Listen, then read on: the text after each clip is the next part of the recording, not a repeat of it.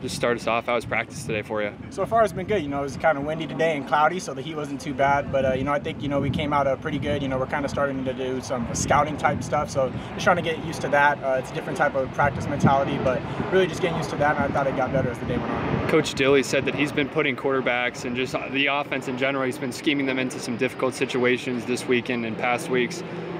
What's that kind of been like, having to deal with that, and has it been keeping you on your toes as far as that goes? Most definitely. Just the other day, we were going against our defense that likes to, show a lot of pressure, and we didn't have a lot of answers offensively that day. And the next day we had an answer for that, and that obviously helped us as an offense. And kind of like he said, he doesn't want to give us all the answers at the beginning. He kind of wants to see how people deal with it. How do you get your teammates up when it can be really easy to go down. But like I said, he has answers for a lot of things. So it's been super cool to see when he starts implementing that type of stuff.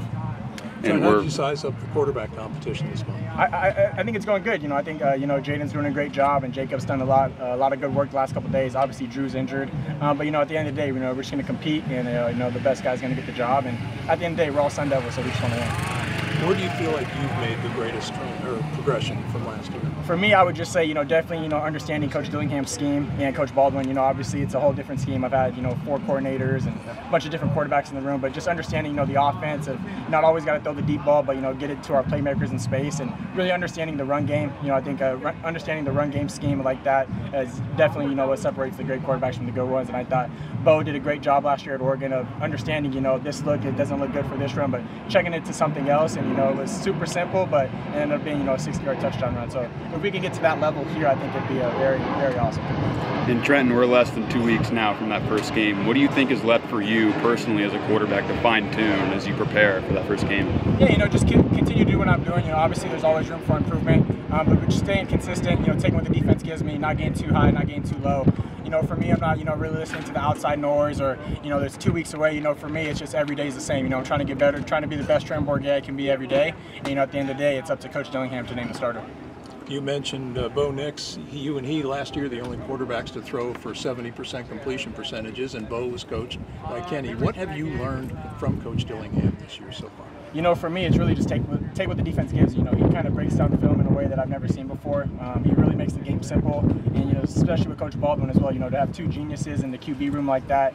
It's just awesome to get so much information at once and really take what the defense gives you. How many of those cookies you put down last night? I ended up not eating any of the cookies, but that was all our other roommate. But yeah, no, Jalen, he's a goofy. He's a cookie eater, I trust. Yeah, he's a cookie eater. He's the Dairy Queen guy that he makes the runs for that. But I said if he scores some touchdowns, I'll have to make some Pizookie or something like that. Is he a Blizzard guy? Blizzard guy, yes, that's right. I'm an M&M. He usually changes it up, but I'm an M&M, extra M&M. Yes, I love my M&Ms.